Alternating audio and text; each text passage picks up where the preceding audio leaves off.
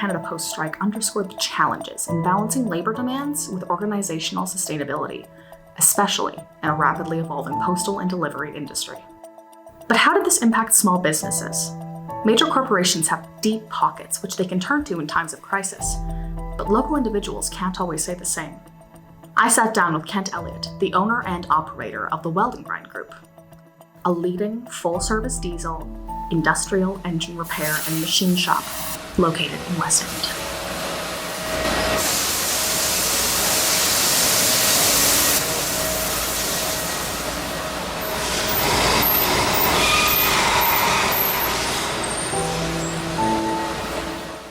Before the strike, we probably sent 80 to 90% of our accounts payables via Canada Post, as well as monthly account statements. So you were getting paid and paying people through Canada Post? Yes. And obviously the Post strike created some disruptions for you? Absolutely. We needed to find ways to get our suppliers paid promptly and on time. They need their money regardless of strike or not. So we are fortunate that we have a pickup and delivery driver on staff, and he delivered a lot of checks. While we were doing that, we spent a lot of time reaching out to all of our suppliers as well as our customers, either asking for their electronic banking information or in turn providing ours.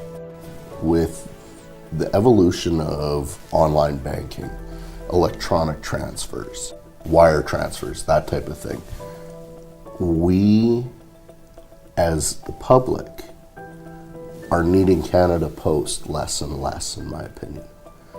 I know now that we have all but converted to an electronic payment system, both sending funds and receiving funds. Now that the strike's over, I won't go back to using Canada Post to the capacity that I was. Pre-strike, I would say 80% of our funds coming in and going out went via Canada Post. 20% were online. I would say post-strike, that's probably reversed. So do you say that while Canada Post caused initial disruption, it overall took you into sort of like the future? I'm not sure it took us into the future. I think it just brought us current.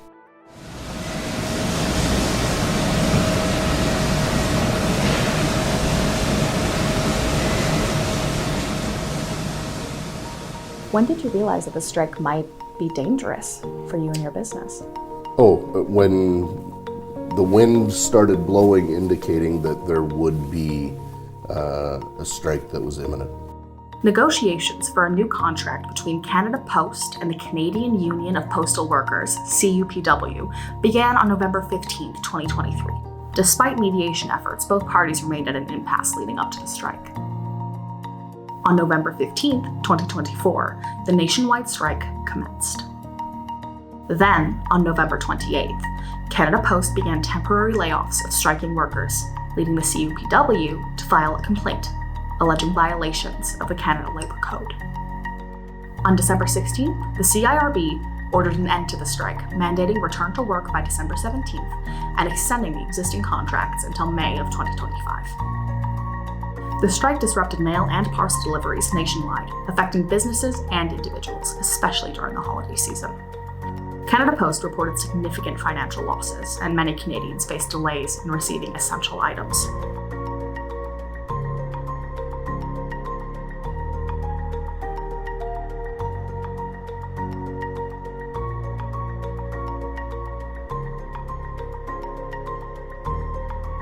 Following the CIRB's order, Canada Post operations resumed on December 17, 2024.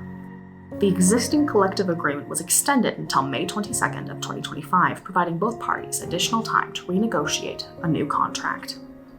While the strike is no longer currently causing disruptions, the fight is far from over. It's going to happen again. A strike will happen again. It's just the nature of the beast. Is there anything that they could do to get back your business? No, not at all. You forced me to make changes. You cost my business time and money. I have now taken steps to obtain a new banking package, which allows me to use electronic payments on a more user-friendly basis, if you will, for my business, because we weren't before. I have to thank Canada Post in some aspects, because now that we've put in the initial legwork to set up, it's far more simple. Do you believe that they have sort of lost track of their mandate to serve the Canadian people as a Crown corporation? No, I don't think they have maybe lost their focus or their mandate. However, when there's a union involved, they have a right to strike. That can happen at any time. I think Canada Post just really needs to take a step back and evaluate its value to Canadians and what their value may look like in 3, 5, 10 years. They need to find a way to make it work or wrap it up.